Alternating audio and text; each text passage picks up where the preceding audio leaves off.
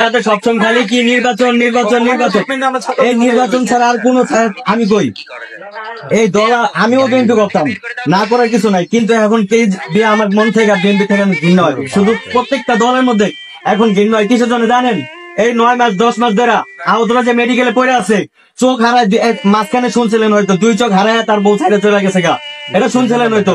ট্রিটমেন্টের অভাবে তাদের পুনর্বাসনের কোনো খবর নাই, সপ্তাহখানিক দেখতে আসে নাই, কেউ বলে যায়, আশ্বাস দেওয়া যায়। কিন্তু এখন যারা পলিটিক্স নিয়ে এখন পুরো ব্যস্ত হয়ে গেছে গা, কিভাবে পলিটিক্স করবে আর কিভাবে নির্বাচন করবে।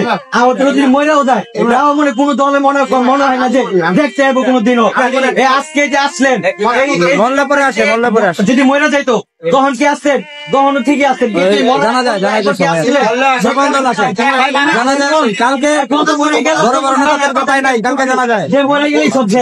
কিন্তু আপনারা কোন সব মিডিয়াতে ফোকাস করতে পারবেন না যে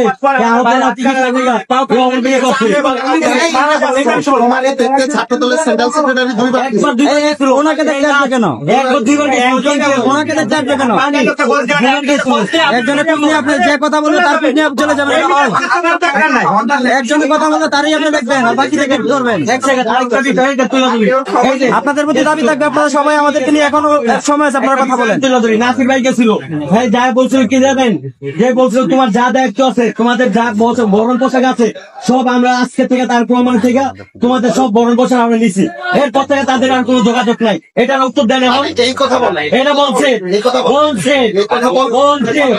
মিডিয়াতে ছড়াই গেছে, আপনারা যতই কম মিডিয়াতে ছড়াই গেছে। আপনাদের প্রতি দাবি থাকবে, আপনাদের প্রতি দাবি থাকবে। আপনার बोल रहे हैं पढ़ने लिखने वाले छात्रों को राजनीति से दूर रहना चाहिए, हैं? मतलब पढ़ाई लिखाई में ध्यान लगाओ, IAS बनो और देश को